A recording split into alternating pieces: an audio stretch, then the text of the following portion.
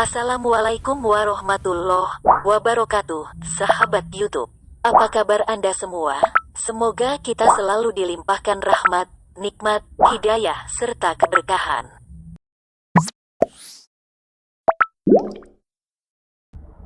Menyusul diusirnya iblis dari surga, maka iblis meminta 10 hal kepada Allah Subhanahu wa Ta'ala sebagai kompensasi atas dikeluarkannya dia dari surga Allah. Permintaan itu dijelaskan iblis sendiri ketika suatu waktu dia datang atas perintah Allah kepada Nabi Muhammad yang sedang memberikan tausiah kepada para sahabatnya di rumah beliau. Inilah dialog antara Nabi Muhammad dengan iblis yang terekam dalam sejarah Islam.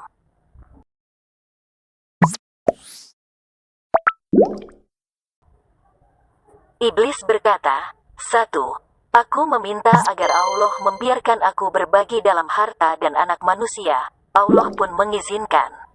Allah berfirman yang artinya, dan perdayakanlah siapa saja di antara mereka yang engkau, iblis, sanggup dengan suaramu, yang memukau, kerahkanlah pasukanmu terhadap mereka, yang berkuda dan yang berjalan kaki.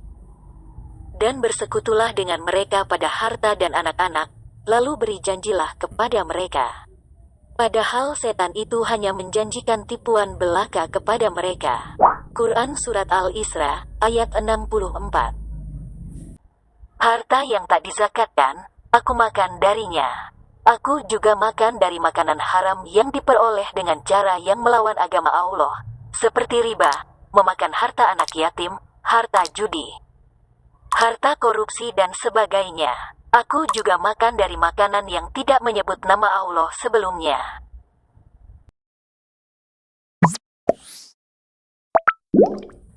2. Aku minta agar Allah membiarkan aku ikut bersama dengan orang yang berhubungan intim dengan istrinya tanpa berlindung kepada Allah.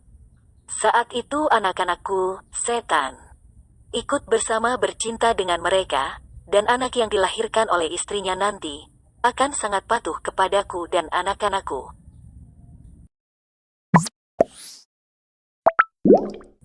3. Aku minta agar boleh ikut bersama dengan orang yang menaiki kendaraan bukan untuk tujuan yang halal, seperti pergi ke tempat-tempat maksiat.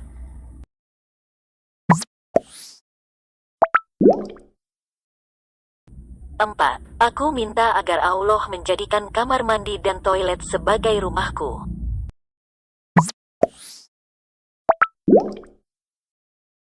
5. Aku minta agar Allah menjadikan pasar atau mal sebagai masjidku.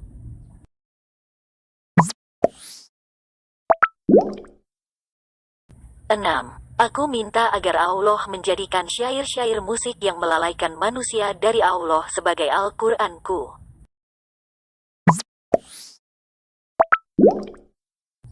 7. Aku minta agar Allah menjadikan pemabuk sebagai teman tidurku.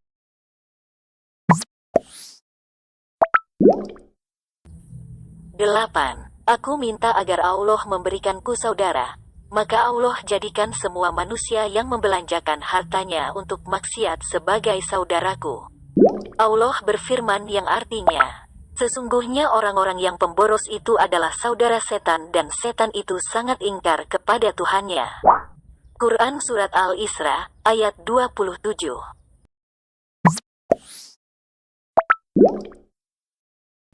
9. Wahai Muhammad, aku minta agar Allah membuatku bisa melihat manusia, sementara mereka tidak bisa melihatku.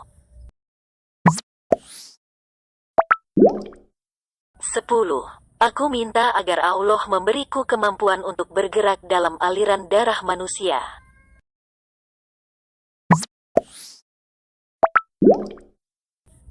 Kemudian iblis melanjutkan, wahai Muhammad, aku tak bisa menyesatkan orang sedikit pun. Aku hanya membisikkan dan menggoda. Jika aku bisa menyesatkan tak akan tersisa walau seorang pun di bumi ini untuk beriman kepada Allah Subhanahu wa Ta'ala. Sebagaimana dirimu sendiri, tidak bisa memberikan hidayah sedikit pun. Engkau hanyalah Rasul yang menyampaikan amanah. Jika engkau bisa memberikan hidayah petunjuk keimanan, tak akan ada satupun kaum kafir di muka bumi ini.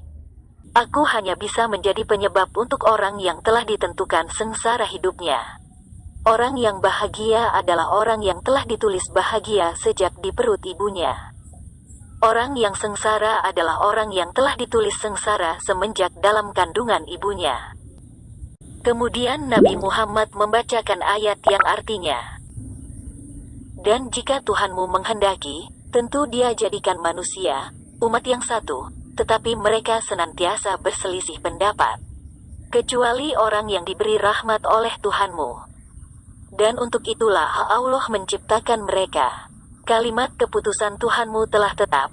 Aku pasti akan memenuhi neraka jahanam dengan jin dan manusia yang durhaka semuanya." Quran Surat Hud ayat 118-119.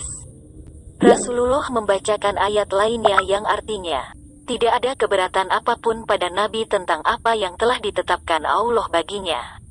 Allah telah menetapkan yang demikian, sebagai sunnah Allah pada nabi-nabi yang telah terdahulu. Dan ketetapan Allah itu suatu ketetapan yang pasti berlaku." Quran Surat Al-Ahzab ayat 38.